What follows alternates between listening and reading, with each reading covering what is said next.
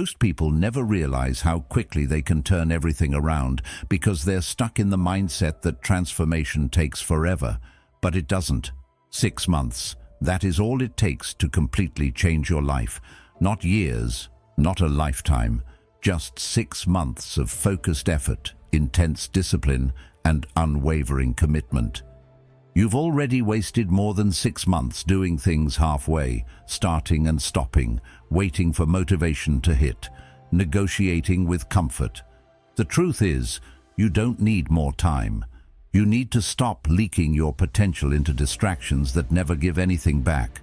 Because while you're scrolling, hesitating, or replaying the same story in your head, someone else is rewriting theirs, and they're doing it with less time and more fire than you think you have.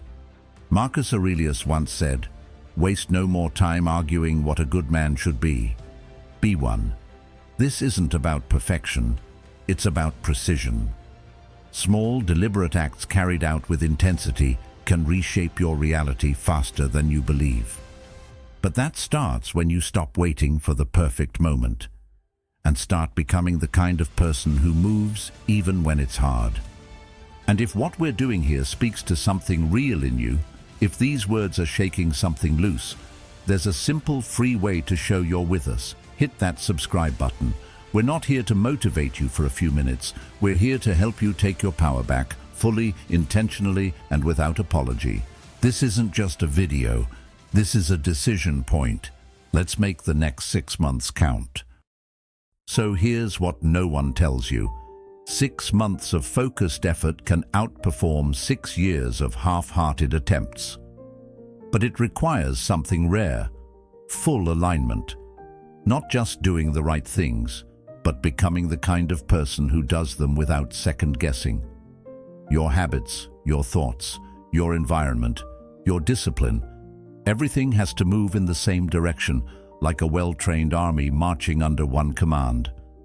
And that command must come from you, not from motivation, not from fleeting inspiration, from a decision so clear, so firm, that the noise of hesitation can't drown it out. Why don't most people reach that level of clarity? Because they're divided, internally fragmented. One part of them wants greatness, another part wants rest, distraction, and comfort. One voice whispers about potential, another clings to old habits, to fears dressed as routines, and in that tug of war, energy leaks. You scroll when you should study. You eat junk when you promise discipline. You rationalize when you should move. You delay when the answer should be now. And bit by bit, your identity gets shaped not by who you want to become, but by who you keep choosing to be in moments of weakness. Carl Jung once said, "Until you make the unconscious conscious, it will direct your life and you will call it fate." What does that mean here? It means the enemy isn't out there. It's in the blind spots. It's the patterns you don't question, the inner voices you confuse for truth, the pain you've made peace with simply because it's familiar. This 6-month transformation isn't just about working harder. It's about confronting the unconscious forces that quietly dictate your choices. Your procrastination isn't random. Your self-sabotage isn't an accident. They're habits of thought, built long ago, still running the show in the background. So how do you break them? Not gently, not someday, not when you feel ready. Now with fire, with brutal honesty, with the kind of radical self-awareness that refuses to flinch. You must look your defaults in the face, the excuses, the mental exits, the emotional dependencies, and strip them of the lies that make them comfortable. Socrates said, "The unexamined life is not worth living." But the examined one? That's where the real war begins. Because once you see what's been holding you back, you can't unsee it. The only thing left is what you choose to do with it. And that brings us to the next question. What happens when your excuses no longer work on you? Ask yourself, what have the last 6 months really looked like? Not through the lens of self-forgiveness, not through the haze of "I've been busy," but through the raw honesty of someone who's done pretending. Did you spend more time escaping your problems than solving them? Did Netflix get more hours than your goals? Did you find ways to delay the very things you claim you want, dressing up avoidance in the costume of just being realistic? Be brutally honest. How often did you lower your standards the moment discomfort knocked on your door and said, "Let's take it easy today"? And if you did, if that version of you has been in the driver's seat, how much longer are you going to let them steer? How many more days will you trade for temporary comfort, knowing full well they never come back? 6 months. That's your test. Not to invent a new identity, not to chase an image you saw online, but to return to yourself, to the version of you that existed before the world told you to play small, to blend in, to stop asking for more. That version didn't wait for permission. It didn't explain its hunger away. It moved, it created, it acted, and it's still in you, buried under layers of hesitation, but not gone. Carl Jung believed that wholeness is not achieved by cutting off parts of ourselves, but by integration. You don't need to become something you're not. You need to remember who you were before fear rewrote the script. But here's the catch. You don't get to remember without responsibility. You don't reclaim your power while blaming your past, so you take ownership. Not the comfortable kind, not the social media kind where you post a caption about owning your life and then do nothing different. I mean the kind that hurts, the kind that makes your stomach drop, the kind that leaves no one else to blame. If you're not where you want to be, it's not the algorithm's fault. It's not your toxic boss or your broken schedule. It's your decisions, your rituals, the comfort you chose over growth. The truth is painful, but it's clean. Unlike denial, which leaves a mess every time. Aristotle said, "We are what we repeatedly do." Excellence, then, is not an act, but a habit. You don't need more time. You need more intensity. The kind of commitment that makes distractions feel offensive. The kind of clarity that makes the old you feel foreign. When you build a life rooted in purpose, things that once felt irresistible start to lose their power. You no longer entertain anything that doesn't fit the identity you're building, not because you're forcing discipline, but because misalignment feels wrong. So let me ask you, what good is a goal without a system to hold it up? Most people love to dream. Few are willing to architect the day-to-day discipline that makes the dream real, and even fewer live that discipline when no one is watching. But that's the difference between growth and stagnation, between regret and pride. So stop asking, "What should I do?" That question assumes you're lost. Start asking the question that assumes your power. Who must I become to never need to ask this question again? Because once you become that person, the path reveals itself. The habits align. The excuses lose their volume, and the need to find motivation, it disappears entirely. But what kind of mindset does that kind of person operate from? This is the first shift, identity. Everything starts here, because when your identity upgrades, your habits don't need alarms or reminders. You don't have to convince yourself to show up. Showing up becomes as natural as breathing. It becomes you. This isn't some motivational fluff. This is neuroscience and philosophy agreeing for once. The brain clings to identity, and behavior follows belief. If you still think of yourself as undisciplined, your actions will subconsciously reinforce that label.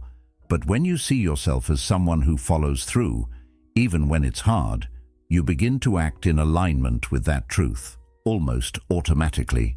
That's why the Stoics were right when they said, "Don't waste time arguing what a good person is. Be one. Embody it." Plato taught that virtue is not something we inherit, but something we cultivate through repetition. When the standard becomes your nature, effort disappears. You no longer ask, "Should I?" You simply do. But here's where most people stall. They've upgraded the desire, not the identity.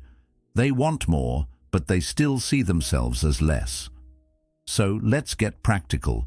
Let's talk clarity. Not vague aspirations like, "I want to be successful," or "I want to be happier." That's noise. That's wallpaper thinking. Pretty, but useless. What does success look like for you? Feel like? Measure like?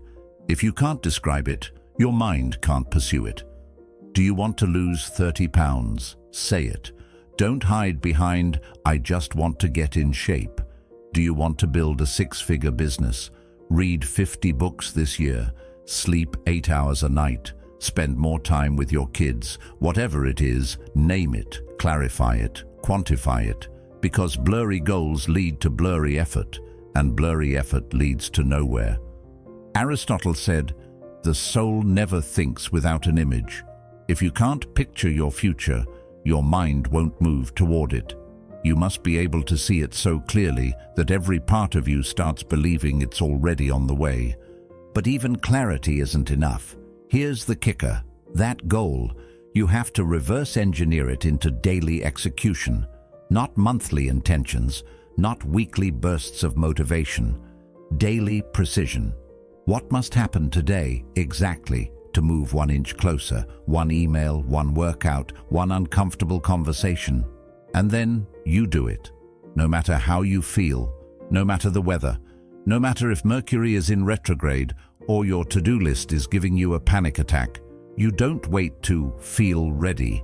You build your own internal climate. A system where discipline isn't something you chase, it's something you are. Because real discipline is forged in friction, not ease. Anyone can act when it's convenient. What defines you is what you do when it's not.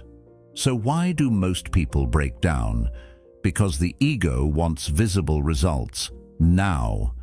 It craves validation like oxygen, but transformation doesn't work that way. It's quiet at first, invisible. It feels like nothing is changing, until one day, everything has. That's the paradox. You won't feel it happening while it's happening. So don't chase fireworks, chase consistency. That's where the power lives. That's where identity crystallizes. You know what destroys more dreams than failure ever could? Negotiation. That inner whisper. Maybe I'll skip today. It's not that urgent. I'll start fresh on Monday. Once that debate starts, it's already over. Because comfort is persuasive. It doesn't yell. It suggests. It offers softness when what you really need is steel. That's why the greats remove the option entirely. They decide once and then act forever. They don't revisit the commitment every morning. They live inside it. You think Marcus Aurelius opened his eyes each day and debated whether to embody virtue? He understood the responsibility of his role, and he embodied it without asking for applause. Socrates didn't wait for the right moment to speak truth. He was truth in motion. Their actions weren't rooted in emotion, but in principle. So the real question becomes, what would your life look like if you stopped giving yourself a way out?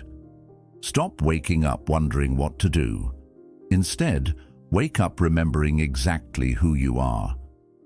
Most people roll out of bed and immediately surrender to emotion, checking in with how they feel and deciding whether they're ready for the day ahead. But the truth is, life doesn't wait for you to feel inspired. It moves relentlessly forward, and if you hesitate, opportunities vanish. Aristotle put it simply, we are what we repeatedly do. Excellence, then, is not an act, but a habit. Your power doesn't lie in waiting for perfect conditions. It's revealed by acting when conditions feel far from perfect. When you act despite your feelings, when you choose discipline over comfort, something remarkable begins to happen. Your emotions begin to follow your actions, rather than leading them. This subtle shift reshapes your identity. You become someone who moves purposefully, decisively, consistently. Action creates identity. Identity builds momentum. Momentum carries you forward, turning seemingly small daily victories into profound transformation. But how do you maintain momentum when life is so eager to distract you? Momentum, after all, is fragile. You protect it by guarding your time as though your very life depends on it, because it truly does. Consider the limited nature of your days and weeks. Every moment you surrender to trivial distractions or aimless scrolling is a quiet surrender of the life you truly want. Most people aren't lazy, they're just experts at quietly losing track of their time. Their days leak away, drip by drip, into activities that offer no real return. Carl Jung warned us, "You are what you do, not what you say you'll do." Your time and your attention are among the most valuable resources you possess, yet how often do you treat them as disposable? How many small interruptions, harmless at first glance, gradually erode the very foundations of your dreams? Understand, this isn't about relentless hustle or endlessly pushing yourself into exhaustion. This is about reclaiming sovereignty, taking back control of the hours and minutes that define your life. Ask yourself honestly, who really owns your day? Is it you, or is it every passing impulse, every trivial notification, every random thought begging for your attention? If you don't actively defend your focus, distractions will effortlessly conquer it. Plato once said, "The first and greatest victory is to conquer yourself. Begin that conquest by structuring your days intentionally. Design your life thoughtfully, create moments of uninterrupted focus, protect deep work as something sacred, and honor periods of quiet reflection as non-negotiable. This is how you craft a life with intention, purpose, and clarity. But why stop at simply structuring your days? Why not raise the bar higher? Why not elevate your standards? Not eventually, not someday, but right now. Because here's a powerful truth: your standards define the limits of your potential. Aristotle believed that the purpose of life is the realization of excellence. If you demand excellence, excellence emerges. If you accept mediocrity, mediocrity becomes your reality. So ask yourself this deeply: are your current standards truly worthy of the life you envision, or is it time to redefine them entirely? While others are still carefully laying plans, hesitating and waiting for the perfect moment, you're already in motion. You're already putting your mark on the world. While they calculate risks and weigh every possible outcome, you're boldly creating outcomes of your own. Because here's the truth they haven't realized yet: life rewards motion, not contemplation. It favors those who take action, those who push forward even when certainty isn't guaranteed. You see, confidence isn't quietly cultivated through endless contemplation or theoretical analysis. It's forged in action, born from repeatedly stepping into uncertainty and discovering that you can handle whatever comes your way. Aristotle famously said, "Courage is the first of human qualities, because it is the quality which guarantees the others." When you step into action, courage and confidence follow. You don't need more preparation. You need fewer excuses, fewer hesitations, fewer moments of doubt.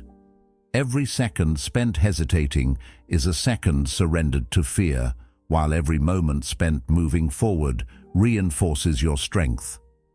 Carl Jung wisely observed, "You are what you do, not what you say you'll do."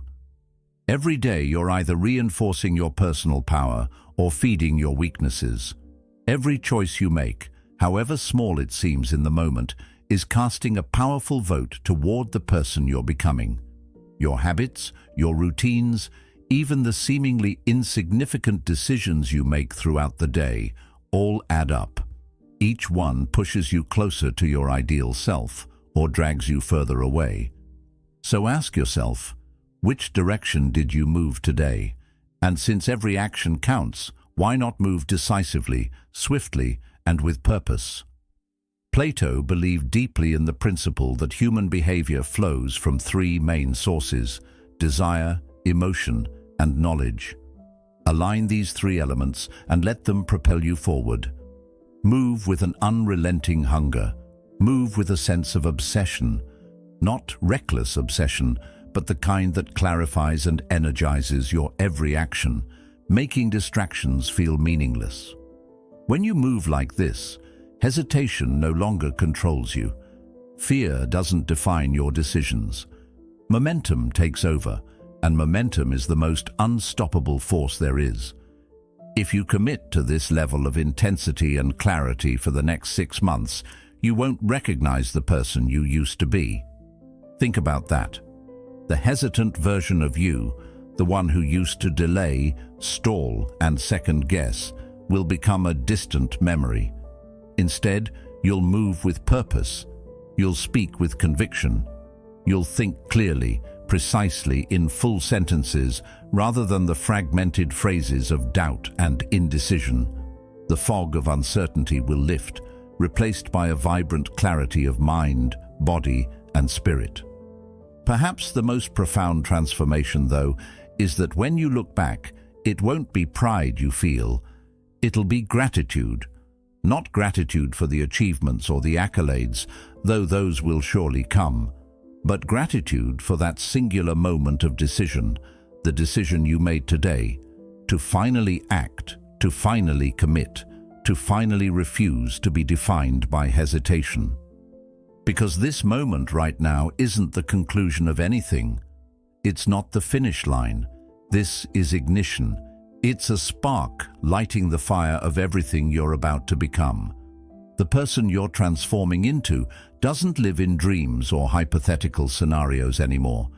They're not theoretical or imaginary. They're real. They exist right now, in this very moment. As Socrates famously said, "The secret of change is to focus all of your energy not on fighting the old, but on building the new." And now you've built something new, something powerful, something authentic. The only question left is, what will you do with it? How will you show the world who you've finally allowed yourself to become? Remember, life doesn't reward what you know, it rewards what you do.